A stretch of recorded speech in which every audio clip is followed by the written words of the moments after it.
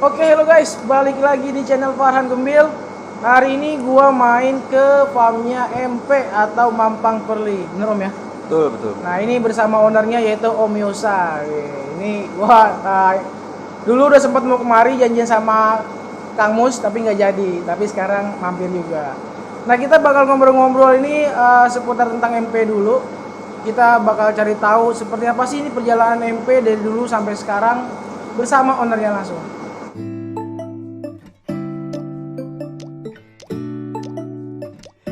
Ya, hello guys, balik lagi di channel Farhan Gembil.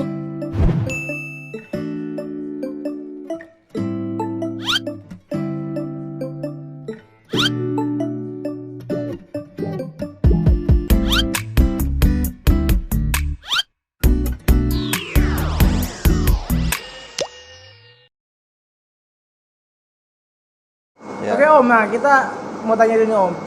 Ini kalau bicara farm MP ini udah berapa lama Om? Farm MP ini udah berapa lama ya? Kita itu mungkin udah sekitar ada 10 tahun mungkin ya. Udah 10 tahun. ya. Kira-kira segitulah kurang lebihnya. Awalnya sih dulu cuma melihara-melihara biasa sih. Nah, ya 10 tahun itu ya saya anggap waktu saya sudah mulai komersil deh. Mulai jualan hasil ternakan lah istilahnya gitu, komersil gitu kira-kira. Jadi udah 10 tahun nih teman-teman. Nah ini tadi kan saya udah keliling-keliling juga, sempat lihat-lihat. Nah kira-kira nih sebelum kita bahas ciri khasnya MP, nah ini dalam perjalanan 10 tahun ini yang bikin Om Yosa sampai sekarang masih bertahan, kira-kira apa sih serunya main lohan Om? Oh, kalau buat saya sih lohan itu bikin penasaran. Karena apa? Karena nggak kayak ikan-ikan lain mungkin yang kalau kita ternakin itu ya misalnya ya satu ini ya semua ada jadi 200-300 ekor ya sama semua.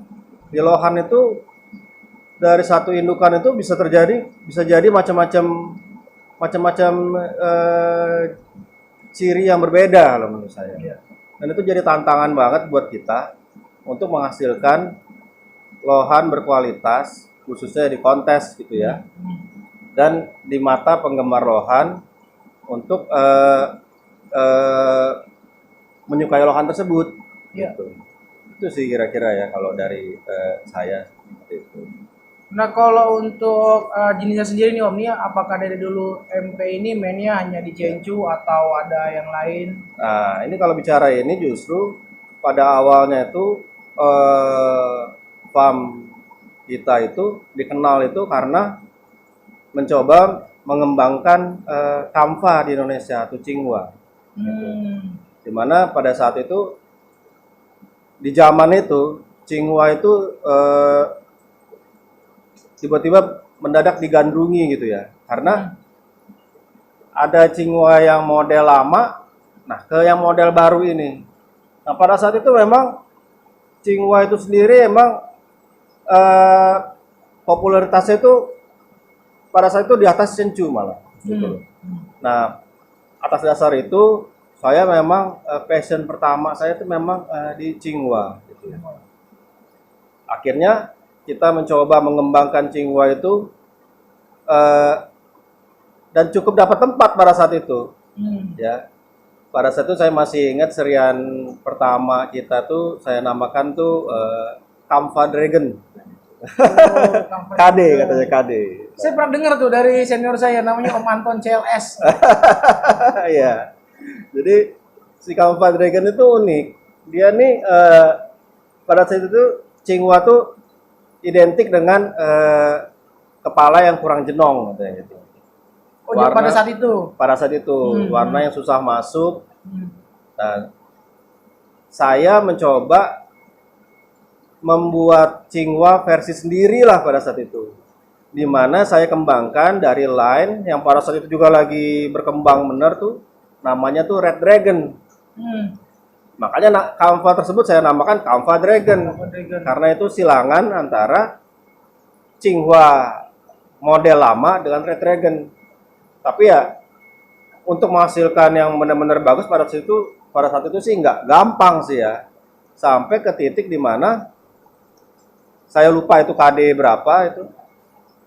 Bahkan pada saat itu tuh menang kontes di mana-mana si Kampa Dragon ini.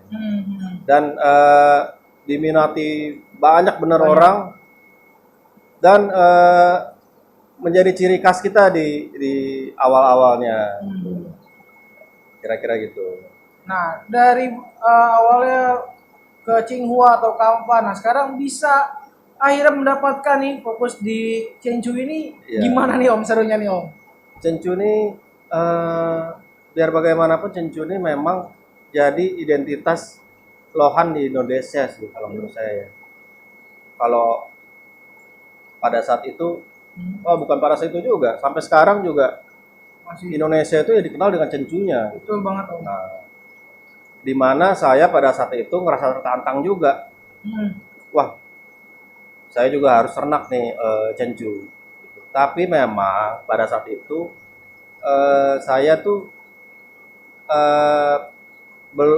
kalau dari segi keuangan itu sangat low budget lah, gitu Terbatas ya. lah ya. Sangat terbatas dengan budget. Jadi saya mencoba membeli beberapa ekor Chenchu dari line-line yang mungkin kurang bagus gitu ya, sesuai budget. Ya. Saya coba kembangkan dan ternyata nggak gampang.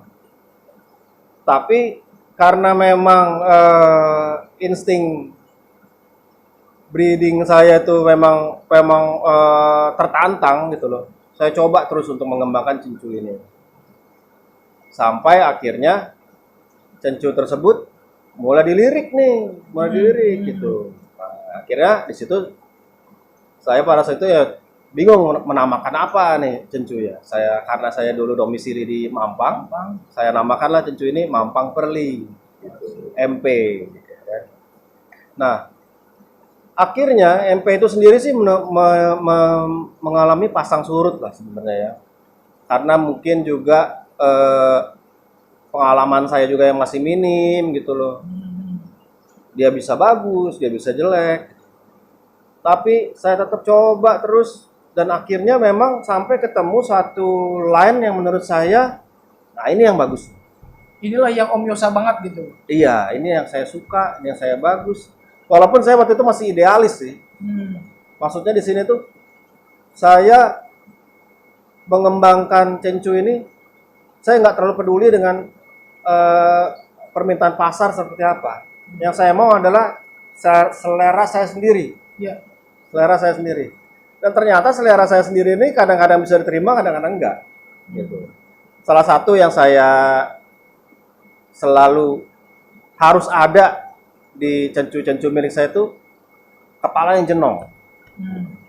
Karena pada saat itu Chenchu itu beberapa breeder senior tuh melihat Chenchu itu nggak perlu jenong.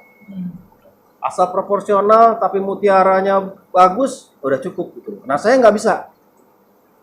Chenchu saya harus jenong gitu. Kalau mutiaranya bisa bagus dan bisa jenong, saya rasa itu lebih bagus gitu ya. Tapi ternyata ngebikin Chenchu yang juga jenong pada saat itu nggak gampang gitu. Banyak mengorbankan hal lain, misalnya saya bikin dia jenong, mutiaranya bagus, badannya kurang bagus. Bikin jenong, mutiaranya bagus, ekornya kurang bagus gitu loh. Tapi memang fokus saya selalu ke kepala jenong. Kepala dulu, oke. Kepala jenong itu harus ada gitu loh. Diperbaiki dikit. Nah, mulai ketemu formula yang tepat gitu loh. Sampai akhirnya jadi kayak sekarang ini. Jadi gennya masih kuat dari terakhir ditemukan sampai sekarang masih melekat kuat ya Om ya. Nah itu alhamdulillah Chenchu yang saya ternakkan sekarang itu adalah Chenchu yang dari pertama kali saya ternakkan itu masih pakai genetik yang sama. Oh jadi berarti ini yang tadi saya lihat Om, kenapa mukanya mirip, kepala, kemudian body semua, karena masih satu garis keturunan semua. Iya. Nggak ada yang saya rubah dari dulu formula pertama yang saya anggap bagus sampai ke hari ini tuh nggak ada yang berubah. Mungkin dia bisa berubah indukannya sesekali, indukan jantan atau indukan betina yang saya cross dari luar. Tapi nggak pernah yang namanya jantan dari luar, betina dari luar tuh nggak pernah. Harus ada salah satu dari kita. Dan jarang sekali emang saya masukkan ikan dari luar untuk diternakan gitu loh. Itu makanya kalau saya lihat Mampang Perli ini akhirnya memang dia punya ciri khas. Ya. Di mata pencinta lohan biasanya mereka hafal dengan ciri khas tersebut gitu. Iya, benar. Ya, kira-kira gitu. Nah, itu teman-teman, nah itulah kenapa kita harus bisa menghargai orang-orang yang nge-breed. Kadang saya suka ini Om, walaupun saya main baru nih Om, kadang saya suka sedih juga kalau ngeliat di Facebook nih nyari ikan yang A1 B1. Waduh, saya mikir ini orang nggak tahu gimana susahnya dia mencetak ikan seperti itu gitu kan. Iya, betul. Nah, itu bagian cerita dari Om Yosa dalam ngebangun MP ini. Nah nih Om, kalau misalkan bicara ke arena kontes nih Om, kalau sekarang kan saya karena mungkin istilahnya nih generasi baru lah. Saya lebih sering ketemunya ke Kang Mus. Nah, kalau Om Yosa sendiri tuh udah dari kapan sih Om bergelut di lohan dan ikutin ke arena kontes Om? Sebenarnya basic saya tuh memang saya itu penyuka ikan-ikan kompetisi. Ikan-ikan kompetisi itu apa sih? Ya. Maksudnya tuh biasanya tuh ikan-ikan yang memang dikonteskan gitu loh. Ya ada beberapa ikan-ikan yang dikonteskan di kita di Indonesia ini. Contohnya misalnya kayak cupang gitu ya, gapi, mas koki, arowana, diskus, macam-macam gitu loh. Tapi memang dari dulu yang paling stabil yang saya lihat itu cupang sama lohan. Ya koki masih oke, tapi dua ini yang saya lihat itu paling stabil. Arowana juga oke, cuman arowana karena mungkin harganya terlalu mahal, peminatnya agak lebih sedikit gitu ya. Tapi kalau cupang sama lohan memang dari dulu biasanya orang itu aja gitu. Nah, berangkat dari situ sih sebenarnya saya pecinta kontes, pecinta kompetisi ikan gitu loh. Dan saya berpikir pada saat itu memang kayaknya yang mau saya tekuni sekarang ini lohan, karena mungkin mencari tantangan baru yang lebih sulit, dan memang ikan ini memang ikan bisa dibilang memang benar-benar identitas contoh cencu ya, identitas lohan Indonesia gitu ya. Dan ya itulah mungkin awal mula saya bermain di sini. Nah nih Om, saya juga sedikit banyak dengar lah Om selain peminat MP di Indonesia. Setahu saya di luar negeri pun ada ya Om ya? Iya, Nah, betul. coba Om bisa diceritain biar jadi motivasi buat teman-teman nih Om, terutama teman-teman yang lagi ngebreed atau yang mau belajar ngebreed, biar jadi motivasi mereka bisa kembangkan lagi lohan, khususnya lohan cencu khas Indonesia. Indonesia itu terkenal sekali dengan lohan cencunya, gitu. Kalau orang, contohnya misalnya orang dari luar negeri nanya lohan ke Indonesia, biasanya yang dia tanya tuh pasti cencu, gitu loh. Karena memang cencu kita itu cencu terbaik di dunia. Gak ada yang ngalahin cencu dari Indonesia.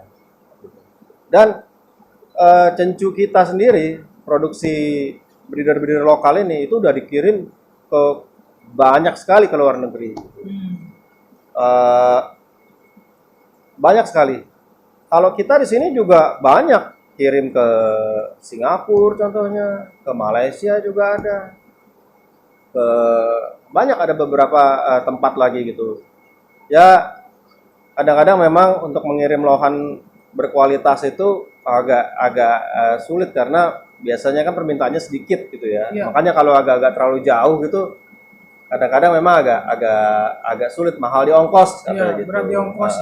Tapi kalau untuk pengiriman ke Singapura dan ke Malaysia sih kalau saya rasa itu yang paling rutin lah. Dari dulu sampai sekarang masih terus ada permintaan. Nah itu teman-teman, kalau orang luar aja pede sama produk kita, kenapa kita harus nggak pede? Nah sekarang kita bakal lihat seperti apa sih ikan-ikan yang ada di Fami MP ini, dan kira-kira berapa kisaran harganya. Kita lanjut di part 2 bareng Kang Mus. Makasih Om Yosa udah join sama kita, makasih buat tipsnya. Semoga bisa bermanfaat buat teman-teman semua yang menyaksikan video ini. Terima kasih. Oke, terima kasih teman-teman. Sampai jumpa. Assalamualaikum warahmatullahi wabarakatuh.